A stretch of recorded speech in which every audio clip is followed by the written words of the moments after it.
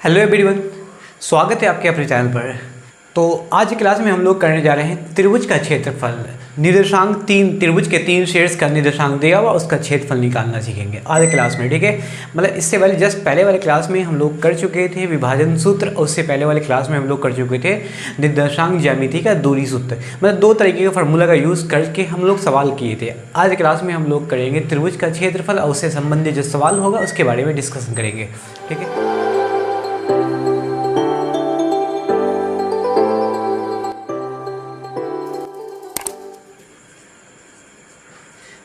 त्रिभुज का क्षेत्रफल निर्देशांक ज्यामिति के अंतर्गत जो एक न्यू टॉपिक है त्रिभुज का क्षेत्रफल, वो हम लोग निकालना सीखेंगे आज क्लास में। देखो, एक त्रिभुज जिसका तीनों शेड्स है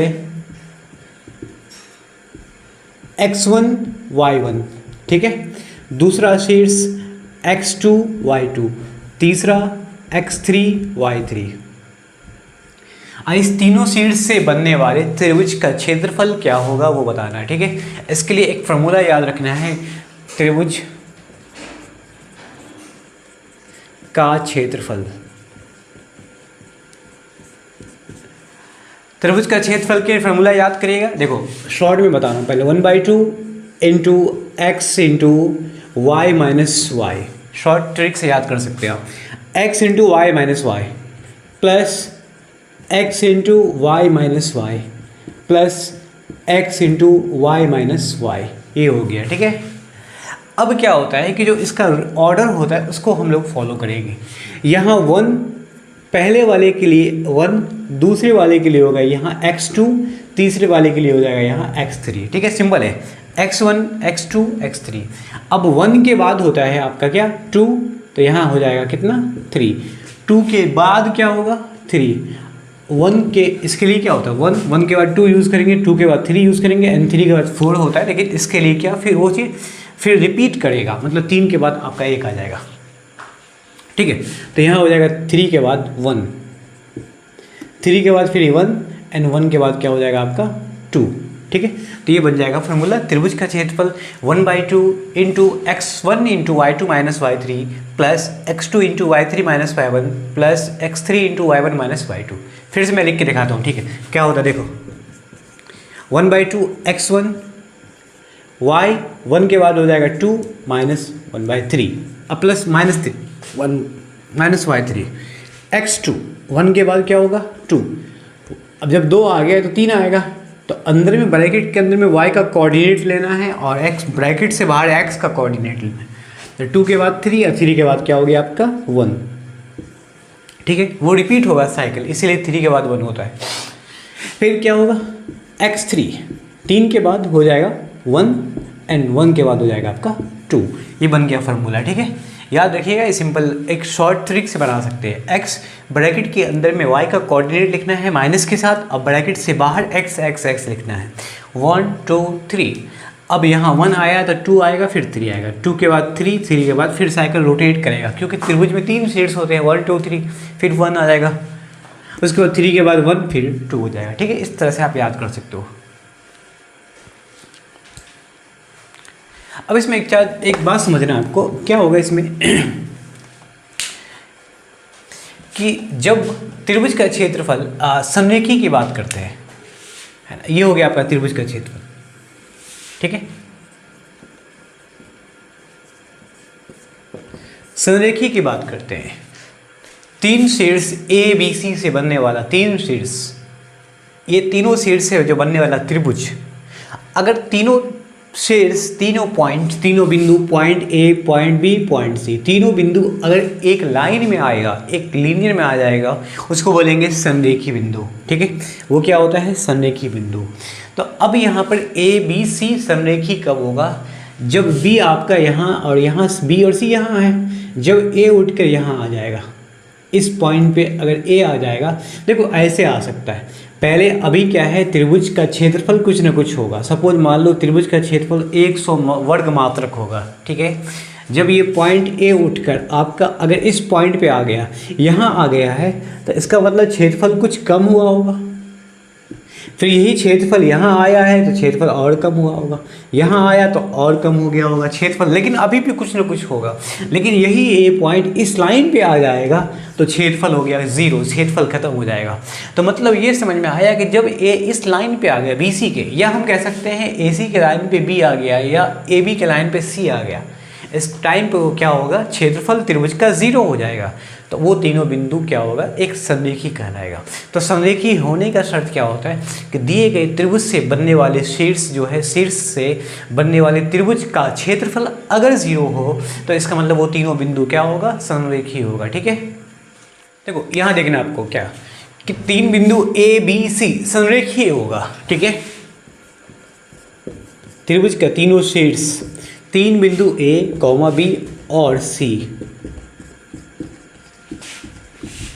संरेखी होते हैं यदि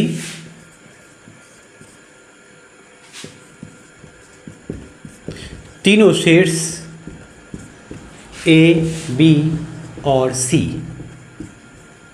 से बनने वाले त्रिभुज का क्षेत्रफल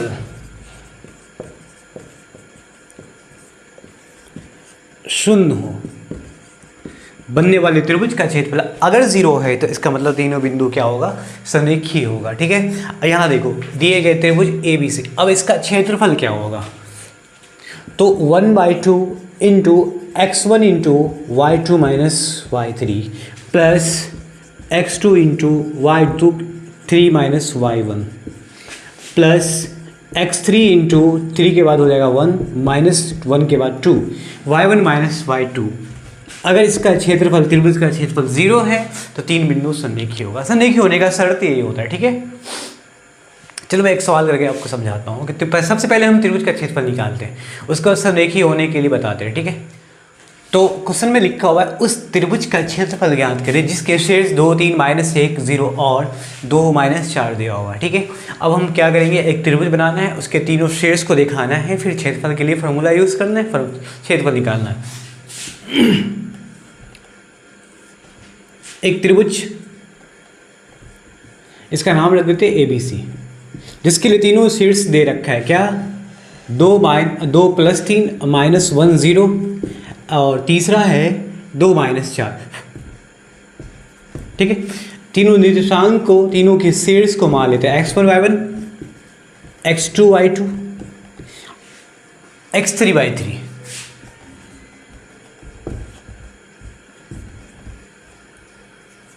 यहाँ पर एक चीज़ समझना है कि अगर हम निर्देशांक को बदल देते हैं, x1 y1, x2 y2, x3 y3 अगर ना ले तो कोई दूसरा निर्देश x4 y4, x5 y x6 y6 लेंगे तो अकॉर्डिंग फार्मूला भी उसी हिसाब से होगा। ठीक है, अभी x1 y1, x2 y2, x3 y3 लिए तो उसके हिसाब से फार्मूला क्या होगा, त्रिभुज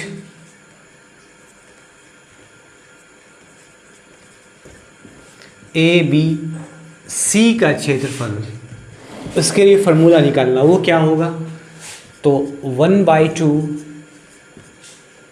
into x1 into y2 minus y3 plus x2 into y3 minus y1 plus x3 into y1 minus y2।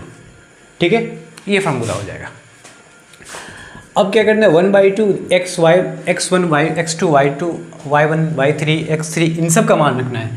x1 का मान दे रखे आपका क्या, 2, y2 हो गया आपका क्या 0, माइनस y3 क्या हो गया -4, x2 हो गया -1, y3 क्या हो गया y3 -4 एंड y1 3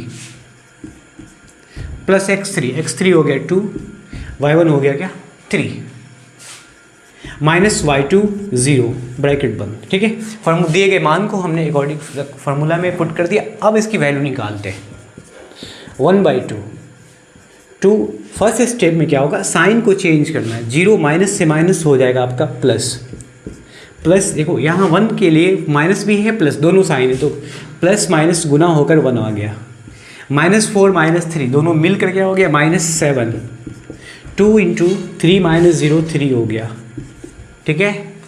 अब 1/2 2 इंटू 0 प्लस 4 4 होता है, तो 2 इंटू 4 हो जाएगा आपका 8, -1 को -7 से गुना करना है तो -1 -1 -7 +7 हो जाएगा, 2 इंटू 3 हो जाएगा आपका 6, ठीक है।